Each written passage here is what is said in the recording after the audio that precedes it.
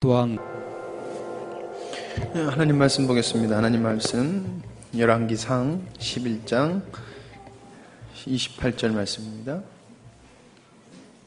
열왕기상 11장 38절 말씀입니다.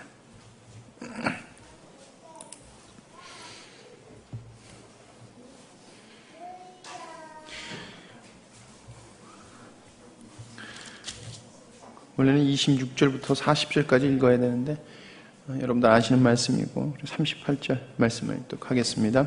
열왕기상 11장 38절 말씀입니다. 같이 한 목소리로 읽도록 하겠습니다. 시작.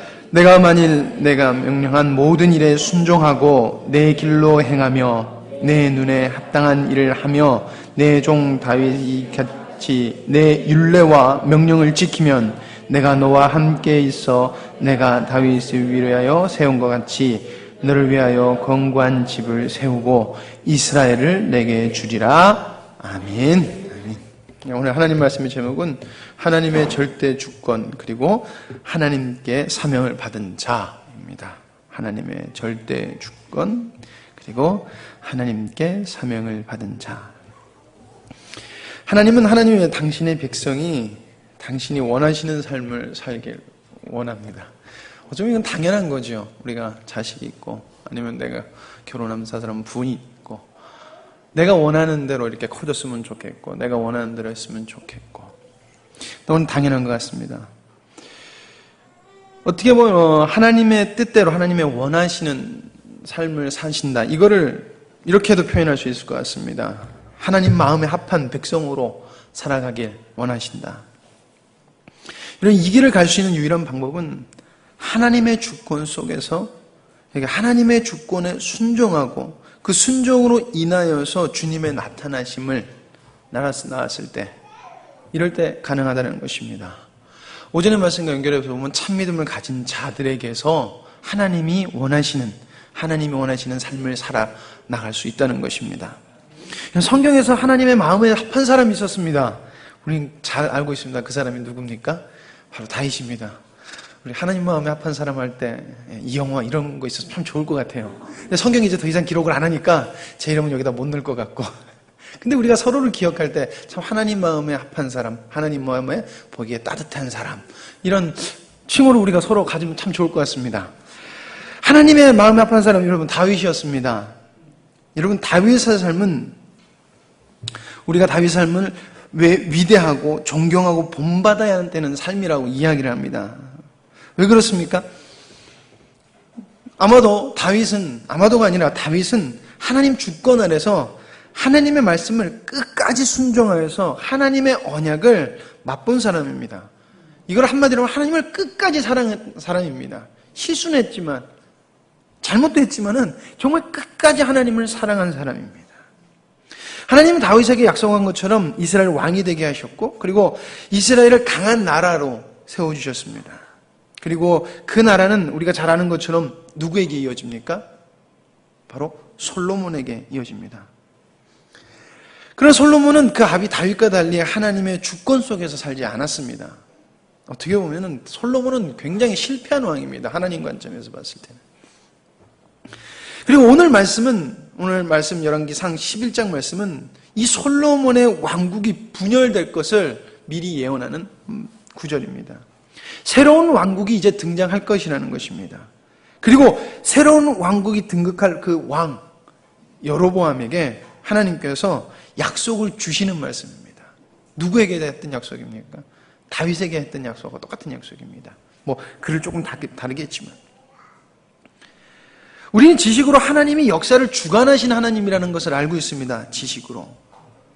그러나 우리는 아는 것에서 머무르는 것이 아니라 하나님이 나의 주권자로서 나를 주관하셔서 하나님의 일에 동참시키는 것을 우리는 경험해야 된다는 것입니다. 그러니까 우리가 하나님의 말씀을, 하나님의 역사를 주관하셔서 하나님의 일을 이렇게 만들어 가시는 게 이 역사인데 그 역사 속에서 하나님이 나를 먼저 부르셨고 이것을 나를 통해서 이뤄 가시는구나. 언제 하나님 주권 속에서 살아갈 때 우린 그것을 느껴야 된다는 것입니다. 우리는 하나님의 뜻을 이루기 위해서 지은 바 된 자들이고 부르심을 입은 자들입니다. 택하여진 자들이라는 것입니다.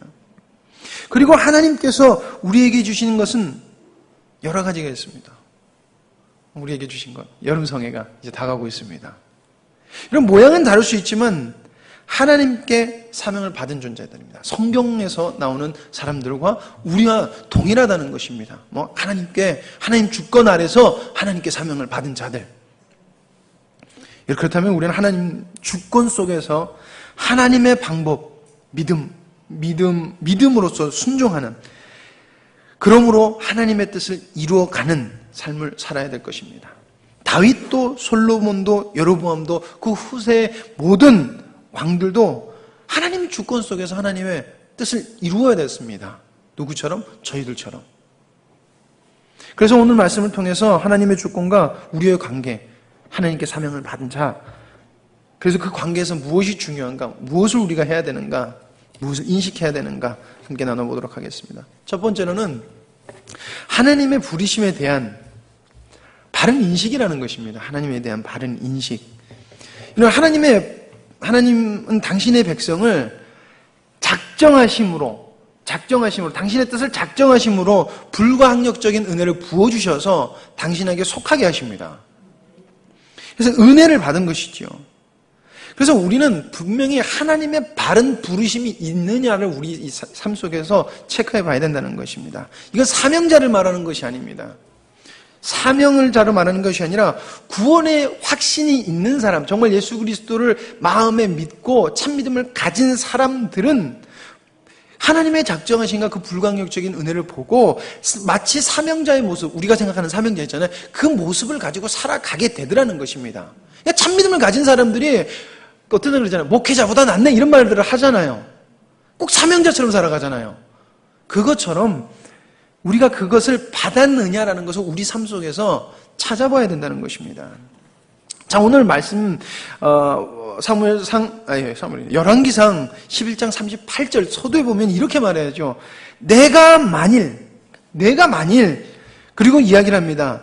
내가 명령한 모든 일에 순종하고 내 길로 행하며 내 눈에 합당한 일을 하며 내 종 다윗의 행함같이 내 율례와 명령을 지키면, 이렇게 이야기하고 있습니다. 여러분, 하나님은 여로보암을 부르십니다. 그리고 약속을 하십니다. 약속을 해주십니다. 하나님은 당신의 뜻을 이루기 위해서 구약시대 때 대리 통치자를 세우셨습니다. 대리 통치자. 그것을 왕이라고 합니다. 그리고 왕을 세우실 때 하나님은 약속을 하십니다. 그때 자주 등장하는 말이 바로 이겁니다. 만일 내 명령을 지키면, 만일 내가 이렇게 하면, 이스라엘 백성 율법 받을 때 그랬잖아요. 너희들이 내 말을 지켜 행하면, 이런 하나님께서 약속을 주신다는 것입니다. 많은 사람들이 근데 내가 만일이라는 이 의미를, 이것을 구속이라고 생각하는 것 같습니다. 그렇잖아요. 내가 만일, 이 말은 반대로 말하면 어떻게 보면 하지 마, 이 말도 될 수 있잖아요. 근데 우리가 많은 사람들이 하나님의 말을 할 때 하지 마로 받아들인다는 것입니다. 구속 아니면 굴레, 이렇게 받아들인다는 것입니다. 그러나 이것은 구속이 아니라 축복이라는 것입니다. 하나님의 부름은 축복. 하나님께서는 당신의 백성 대리 통치자를 부르실 때 대표적으로 예로 말씀하시는 사람이 누구냐면 바로 다윗 왕입니다. 다윗 왕. 다윗은 내가 만일 이 말에 하나님의 부르심에 이렇게 고백을 합니다.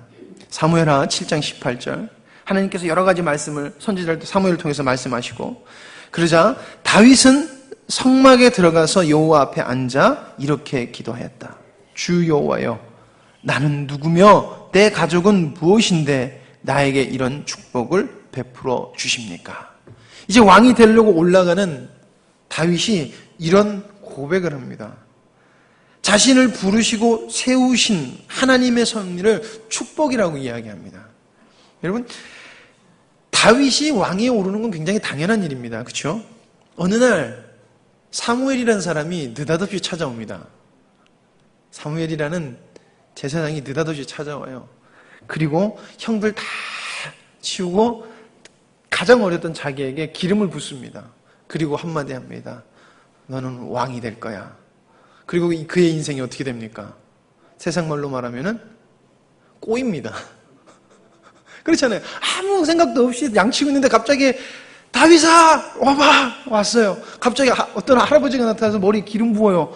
붓나 보다 그랬는데 너 왕 될 거야. 그런가? 했는데 그 다음부터 어떻게 됩니까? 인생이 꼬였어요. 10여 년간이라는 도피 생활을 했어야 됩니다. 아주 비참하죠. 우리가 하나님의 부르심에 대해서 굴레라고 생각하는 이유를 제가 그래서 구속 아니면 굴레라고 하는 것입니다. 그래서 그렇게 말씀드린 겁니다. 어쩌면 10여 년을 도망다녔어요. 그래서 이제 모든 것이 정리가 되고 이제 왕으로 세우시려고 해요. 그래서 하나님께서 약속을 주십니다. 여러분 그렇게 되면 당연히 내가 지금까지 고생했고 내가 지금까지 수고했고 도망다녔고 지금까지 인내했다. 그럼 여러분 우리 생각이 어떻게 됩니까? 왕이 되는 것은 당연한 보상이라고 생각합니다. 할렐루야 때가 왔습니다. 이렇게 하는 게 어떻게 보면 우리 생각이라는 것이죠. 근데 다윗은 이랬다는 것입니다. 내가 누구면 내 가족은 내 가족은 무엇인데 나에게 이런 축복을 베풀어 주십니까? 라는 고백을 했다는 것입니다. 하나님이 이 땅의 주인이십니다. 그리고 하나님께서 우리를 부르시는 것도 당신의 섭리 그리고 하나님의 자유적 의지라는 것. 그렇다면 중요한 것은 그 부르심에 대한 반응, 우리의 삶이라는 것입니다. 그러니까 바른 부르심을 입은 사람들은 그 삶을 살아간다는 것입니다. 그리고 그 삶을 이렇게 이야기하고 있습니다.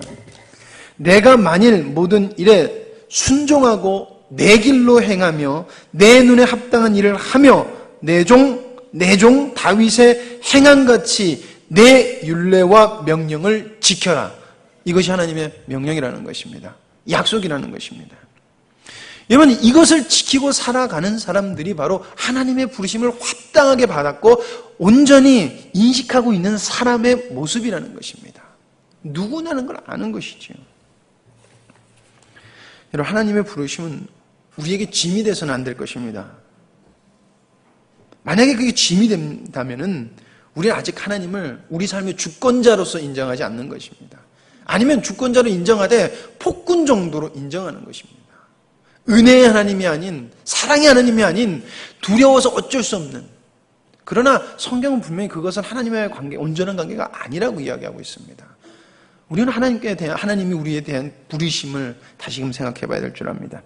두 번째는 부르심에 대한 확실한 믿음이라는 것입니다. 확실한 믿음. 그러므로 변해서는 안 된다는 것입니다. 변하지 말아야 된다는 것입니다. 하나님께서 당신의 뜻을 이루어 가심 속에 사람을 부르실 때 그냥 부르시지 않습니다. 계속 말씀드리지만 약속을 주십니다. 이것을 언약이라고도 이야기하죠. 언약. 모든 하나님의 사람은 직접적이든 간접적이든 이 약속을 받습니다.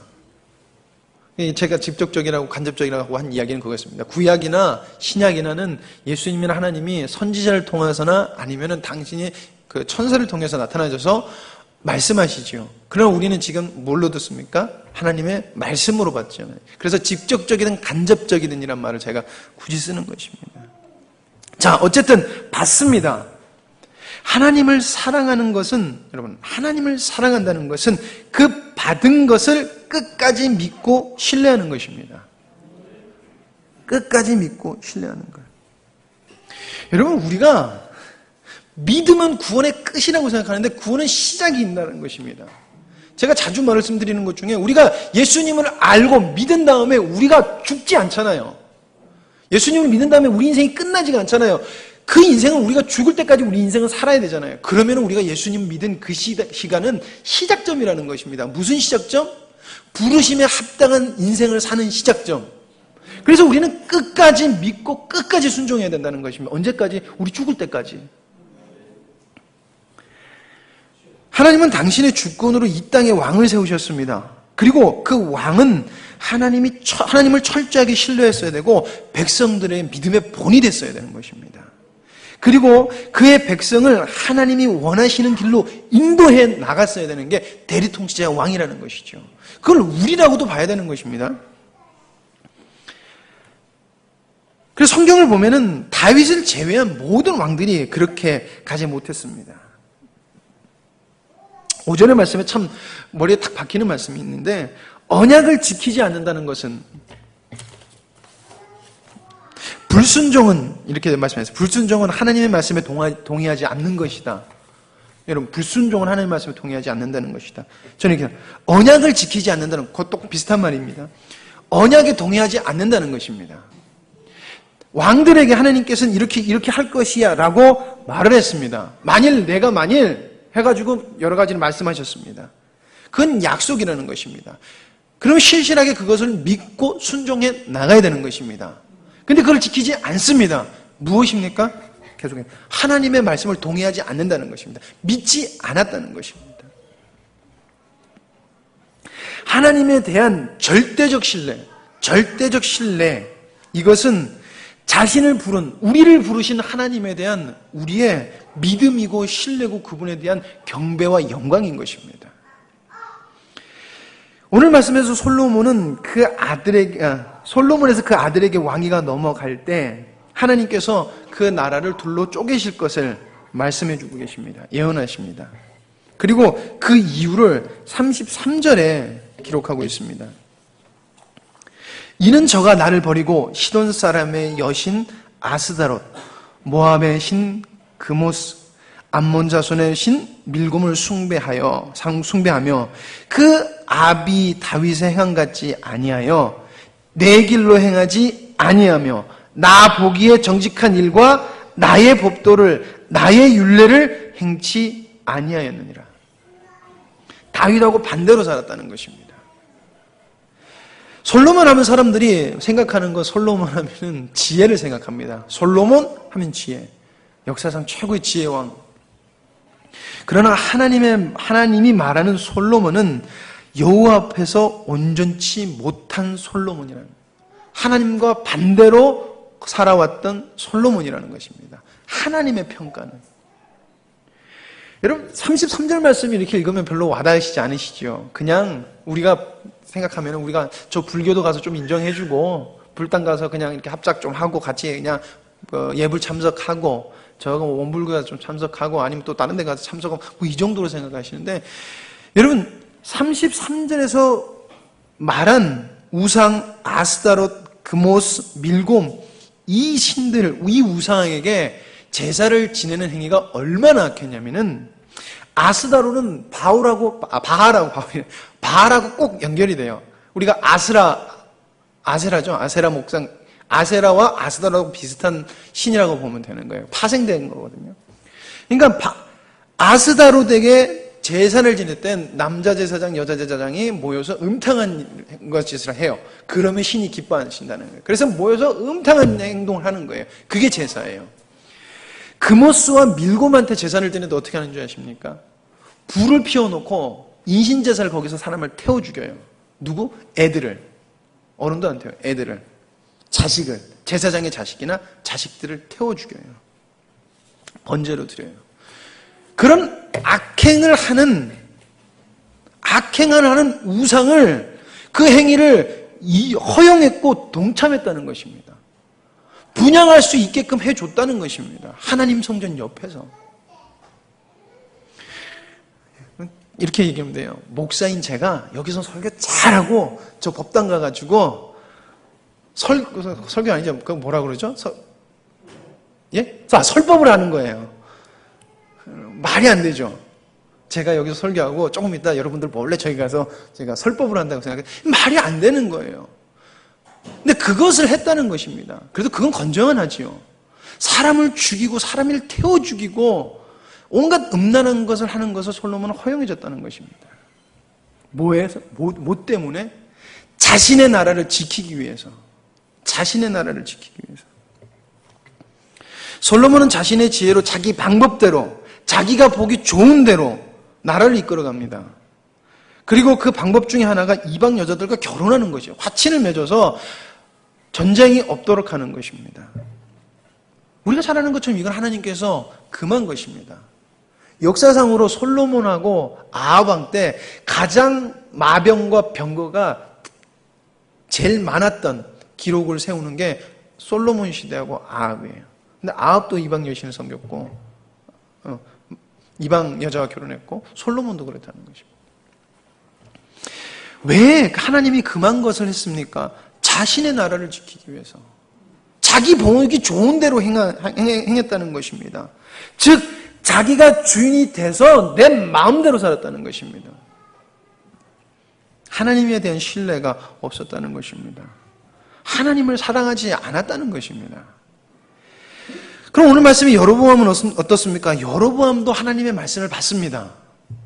내가 만일 내가 명한 모든 일에 순종하고 내 길로 행하며 내 눈에 합당한 일을 하며 내 종 다윗이 행한 것 같이 내 율례와 명령을 지키면 내가 너와 함께 있어 내가 다윗 위에 세운 것 같이 너를 위하여 견고한 집을 세워 이스라엘을 내게 주리라.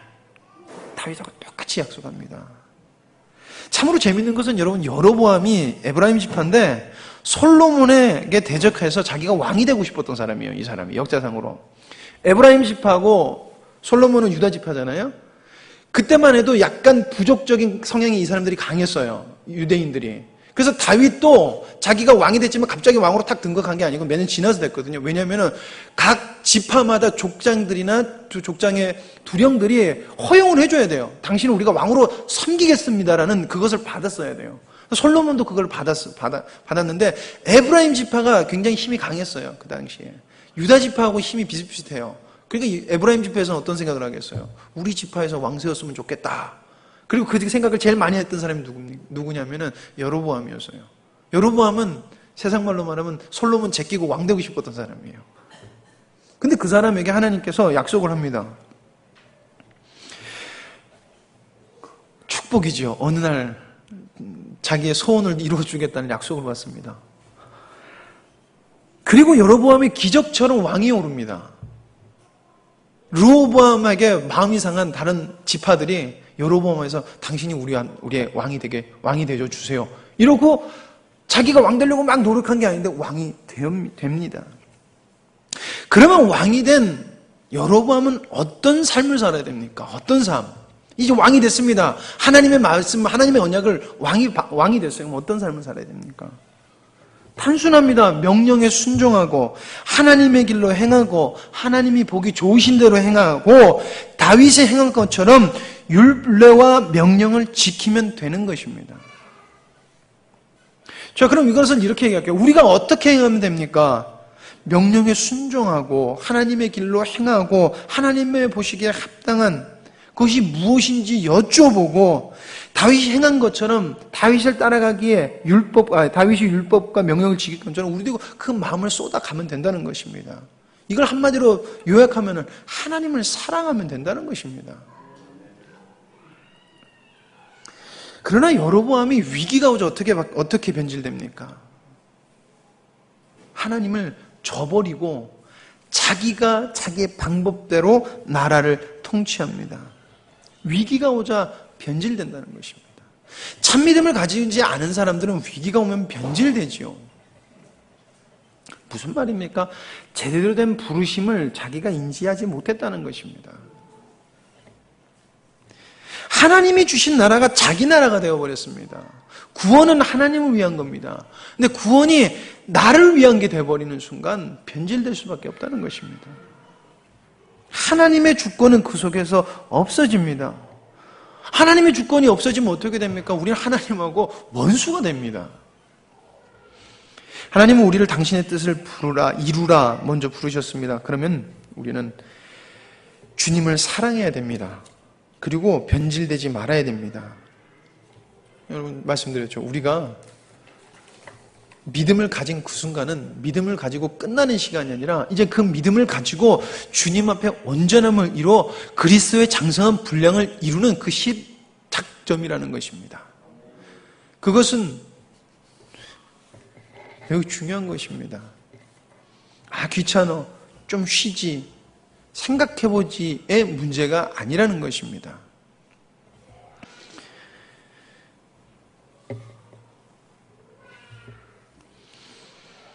변질은 하나님께 버림받습니다. 35절 말씀입니다. 내가 그 아들의 손에서 나를 빼앗아 그 10지파를 내게 줄 것이요.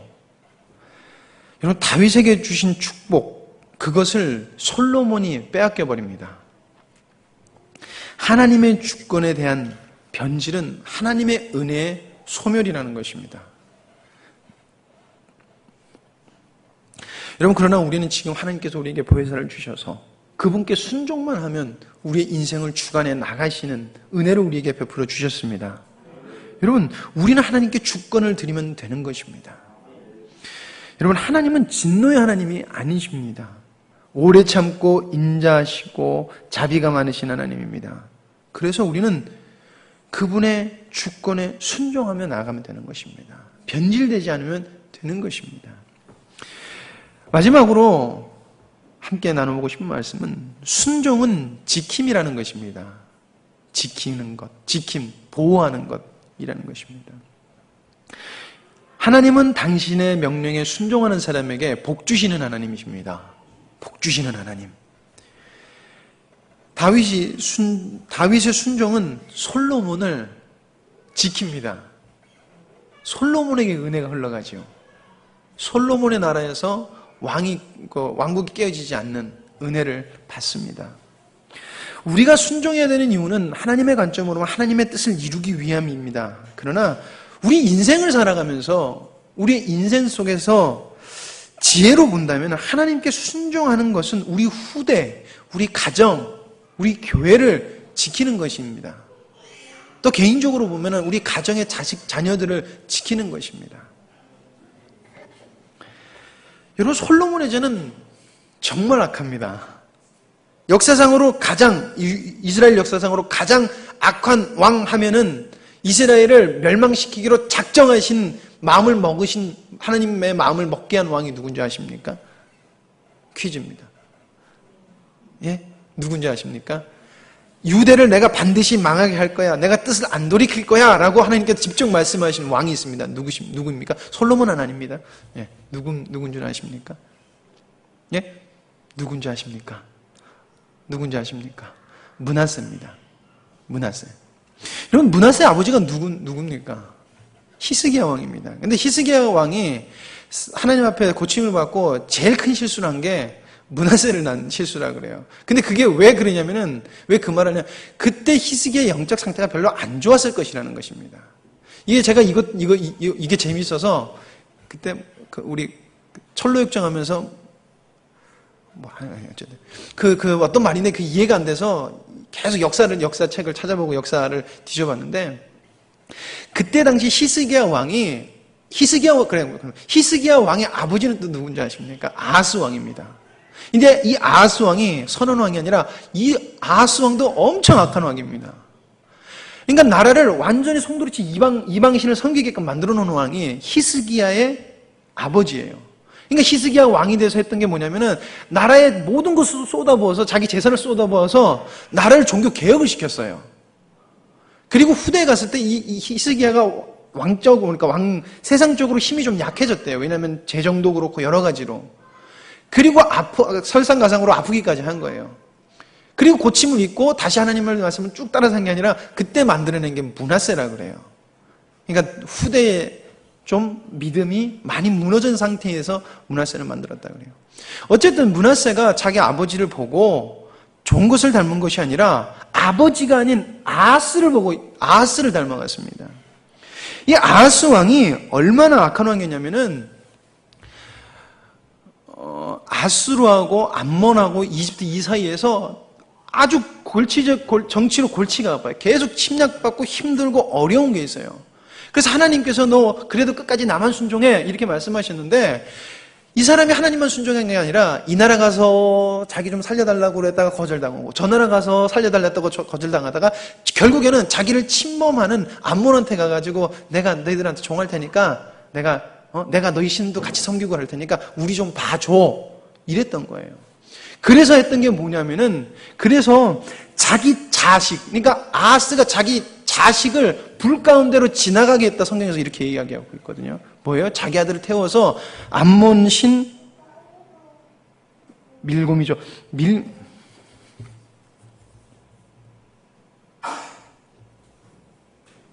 밀곰에게 들여버리는 자기 자식을 태워주는, 그리고 그것을 똑같이 누가 따라합니까? 므낫세가 따라합니다.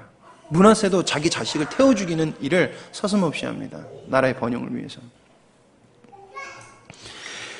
이렇게 악한 왕들을 만들어낸 그 시초가 결국에는 누구라는 것입니까? 솔로몬이라는 것입니다. 다윗은 하나님께 순종함으로 자녀를, 자기 자식, 아들을 지켰습니다. 그러나 솔로몬은 하나님께 범죄함으로 자기 아들 떼에서 나라가 갈리게 하고 그 죄가 계속해서 유전되어서 결국엔 나라를 망하는 데까지 가게 했더라는 것입니다. 하나님의 축복을 받고 하나님의 사명을 받고 하나님의 보시기 좋았던 솔로몬이 변질되자 그 자손에서 그 자손에게 죄의 씨앗이 뿌려집니다. 그래서 이건 커져서 멸망하게 됩니다. 여기서 우리가 생각을 해봐야 될 게 있습니다. 첫 번째로 여러분, 사명이 있다고 해서 하나님 주권 아래 있다는 것은 아니라는 것입니다. 솔로몬이 나라는 계속해서 이끌어 갔어요. 어떻게 보면은 나라를 잘 이끌어가기 때문에 자기는 잘했을 거라도 생각을 했을 것도 같아요. 강성한 나라가 됐으니까. 그러나 하나님의 주권 속에 있지 않더라는 것입니다. 우리가 하나님의 일을 할 수 있지만 하나님의 주권 아래가 아닌 세상적인 방법에서도 우리가 일을 할 수 있다는 것입니다. 그 사람은 정작 내가 하나님의 일을 하고 있고 하나님의 일은 진행될지 몰라도 나는 하나님과 전혀 상관이 없는 사람일 수 있다는 것입니다. 여러분, 하나님은 우리가 뭘 잘못하거나 우리가 좀 일을 못한다고 하나님의 일이 회방받는 분이 아니십니다. 하나님은 신실하시게 당신의 일을 진행해 나가십니다. 근데 우린 착각을 합니다. 내가 능력이 없어서 못하는 것 같다고. 아닙니다. 우리는 하나님의 주권을 동참하지 않는 악행을 저지르고 있는 것입니다. 두 번째로, 외형적인 번영은 절대 성공이 아니라는 것입니다. 성공일 수도 있지만 성공이 아닐 수도 있다는 것입니다. 우리가 많은 곳에서 놓치는 게 무엇이냐면은 외형적인 것 때문에 내면적인 것을 잊어먹는다는 것입니다. 외적인 것은 사람들한테 보이는 것입니다. 그렇게 사람들에 보이는 것이기 때문에 다른 사람도 본다는 것이죠. 그럼 어떻습니까? 사람들이 외면적인 것 갖고는 쉽게 판단을 합니다. 왜? 보이는 것이지만. 보이는 것이기 때문에. 그러나 내적인 것은 사람들이 판단하기 어렵습니다. 왜? 안 보이는 거기 때문에. 그러나 내적인 것이 연근면 연글수록 뿜어져 나와서 보게 되는 것입니다. 내가 연결해야 될 것을, 외적인 것을 신경 쓴다고 계속해서 내적인 것을 없애버린다는 것입니다. 이스라엘 왕들이 외적인 것을 신경 쓰다 보니까 정작 중요한 하나님과의 관계, 하나님에 대한 신뢰는 없어져 버리더라는 것입니다. 그러나 일은 됩니다. 나라는 성장해 나가는 것 같습니다. 외적인 것을 선택해서 갔던 사람들은 성경이 그 사람들을 악함으로 마친 것으로 기록하고 있습니다. 그래서 악한 왕들, 정말 심하게 악한 왕들은 왕의 묘소에도 들어가지 못하는 그런 저주를 받습니다. 너는 그러니까 다윗의 아들들이 아니야라는 것입니다. 버려버렸다는 것입니다. 여러분, 오늘 말씀에 솔로몬, 여로보암, 그리고 많은 왕들, 악한 왕들은 외적인 것을 신경 썼다는 것입니다. 결국 그 외적인 것은 뭡니까? 나라는 것입니다. 나. 보이는 나. 외적인 것을 위해서 하나님의 도우심과 하나님의 주권을 버렸습니다. 그러자 그 후대의 사람들이 얼마나 고생을 합니까? 얼마나 많은 핍박 속에서 살아갔습니까? 우리는 이것을 기억해야 됩니다. 여러분, 우리는 믿음으로 승리하고 주님의 뜻을 이루기 위해서는 하나님께 순종해야 됩니다. 변질되지 말아야 되는 것입니다. 부르심에 날마다 우리 자신을 맞춰봐야 되는 것입니다. 그것이 우리를 지키는 것이고 더 나아가 우리 자녀들을 지키는 것입니다. 내 자녀가 이상하게 행동하면 내가 이상하게 행동하는 것이라고 보셔도 됩니다. 아닐 때도 있지만 많은 부분 우리가 자녀들의 외형적인 것을 보고 잔소리를 하지 내면적인 신앙적인 것을 보고 잔소리를 잘 안 합니다. 그러나 우린 분명히 알아야 될 것은 우리가 바로 섰을 때 우리 자녀들, 우리 후대를 지킬 수 있다는 것입니다. 결론을 내리겠습니다. 하나님은 당신의 말씀은 많지만 정말 살아서 운동력 있는 말씀이 희귀해지는 시대에 우리를 부르셨습니다. 그러다 보니까 어떻게 보면 유별나게 보일 수가 있습니다. 이런 믿음대로 행하면 힘들 때가 많습니다. 우리 미희자매가 그러더라고요. 어제 밥을 먹는데 이제 친구들이 저를 안 찾아요. 그래서 그래, 당연한 거다. 제대로 가고 있는 거다. 나중에 되면 더 안 부른다. 너 보는 것도 부담스러워할 걸 내가 그랬습니다. 그러나 신실하게 내면적인 걸 채우면 나중에 애들이 너를 다시 찾는다. 그냥 이렇게 해줬습니다. 여러분 진짜 그러잖아요. 우리가 신앙생활 똑바로 하려면 친구들 다 떠납니다. 힘든 것이 눈에 보입니다. 그렇죠? 우리 예수님 잘 믿으려고 하면 어렵고 불편하고 귀찮은 게 눈에 보입니다. 목사님 그러시잖아요. 오주 말씀에. 귀찮은 걸 안 만들어내면 믿음 아니라고. 그게 눈에 보이시죠? 그러나 우리는 다윗처럼 순종하고 인내하고 겸손함으로 나아가야 되고, 그리고 주님을 사랑함으로 끝까지 나아가야 되고 승리해야 될 줄 믿습니다. 하나님이 주시는 은혜는 당연한 것이 아닌 것입니다. 언제든지 우리에게 축복이라는 것입니다. 왜? 우리는 부르심을 받을 합당할 사람도 아니었고 우리가 뭐가 잘나서 하는 것도 아니기 때문에 그렇습니다. 만약에 우리가 그것을 대가를 바란다면은 우리는 솔로몬이나 여로보암이나 다른 악한 왕하고 별로 다를 것이 없다는 것입니다. 그저 나를 세우시고 이 일에 동참해 주시는 것 자체가 내가 누구며 우리 가족이 누군데 하나님 이런 축복을 주십니까? 라는 고백이 우리의 삶 속에 있어야 될 줄 믿습니다. 우리가 계속해서 인간적인 방법을 걸러내는 신앙생활을 해야 될 것입니다. 날마다 우리가 신앙생활을 하고 삶을 살면서 하나님의 보시기에 안 좋은 것들, 흠과 티나 주름 잡힌 것들이 무엇인가 우리를 성찰해야 될 것입니다. 그래서 영광스러운 교회를 세워가야 될 것입니다. 여러분, 우리는 분명히 할 수 있습니다. 왕들에게 약속해 주시고 부르신 것처럼 하나님 우리에게도 확실한 것을 이루시고 약속하시고 우리에게 주셨기 때문에 그렇습니다. 이제 정말 우리의 여름 집회가 얼마 남지 않았습니다. 부담이 또 되시리라 생각이 됩니다. 저도 부담이 됩니다. 긴장도 되고요. 그러나 주님 의지하고 나가기를 간절히 원합니다. 올해는 더욱더 주님이 생명의 원리로, 그리고 정말 우리 속에서 살아계신 그리스도를 오시는 분들이 느끼고 그것이 뿜어져 나가기를 간절히 소망합니다. 다윗이 오래 참고 인내하고 하나님의 역사하심, 하나님의 도우심을 그 평생에 누리고 살았던 것처럼 우리도 그런 인생, 그리고 그런 우리에게 주신 사명을 감당하는 저와 여러분이 되시길 간절히 소망합니다. 기도하시겠습니다. 아버지 하나님, 우리를 부르시고 우리를 인도하시는 하나님 감사합니다. 아버지 하나님, 저희들이 끝까지 주님을 믿고 순종해 나가기를 간절히 소망합니다. 아버지 하나님, 우리가 살아가는 삶 가운데 어렵고 힘든 일이 많겠지만은 주님을 바라가 보게 하여 주시옵소서. 주님을 사랑하게 하여 주시옵소서. 하나님, 그 주님을 사랑한 것은 우리의 삶 속에서 나타날 줄 압니다. 그리고 그것을 흘러가서 이 땅을 변화시키고 하나님 주님께서 저희들에게 주신 그 자리가 변화될 줄 압니다. 주님, 저희들의 완악함이 있습니까? 성찰에서 내려놓게 하시고, 하나님 아버지, 저희들이 못 보는 것들이 있습니까? 주님, 눈을 열어 저희들이 그것들을 보게 하시사 하나님 그것들을 거부하게 하시고 주님 앞에 돌아오게 하여 주시옵소서. 하나님, 이제 주님이 저희들에게 주신 하나님 은혜의 시간이 다가오고 있습니다. 아버지 하나님, 정말 한 마음으로 정말 아름답고 정말 거룩하게 하나님 이루어지게 하여 주시옵소서. 함께하여 주시옵소서. 모든 것을 주님께 맡기며 예수님의 이름으로 기도드립니다. 아멘.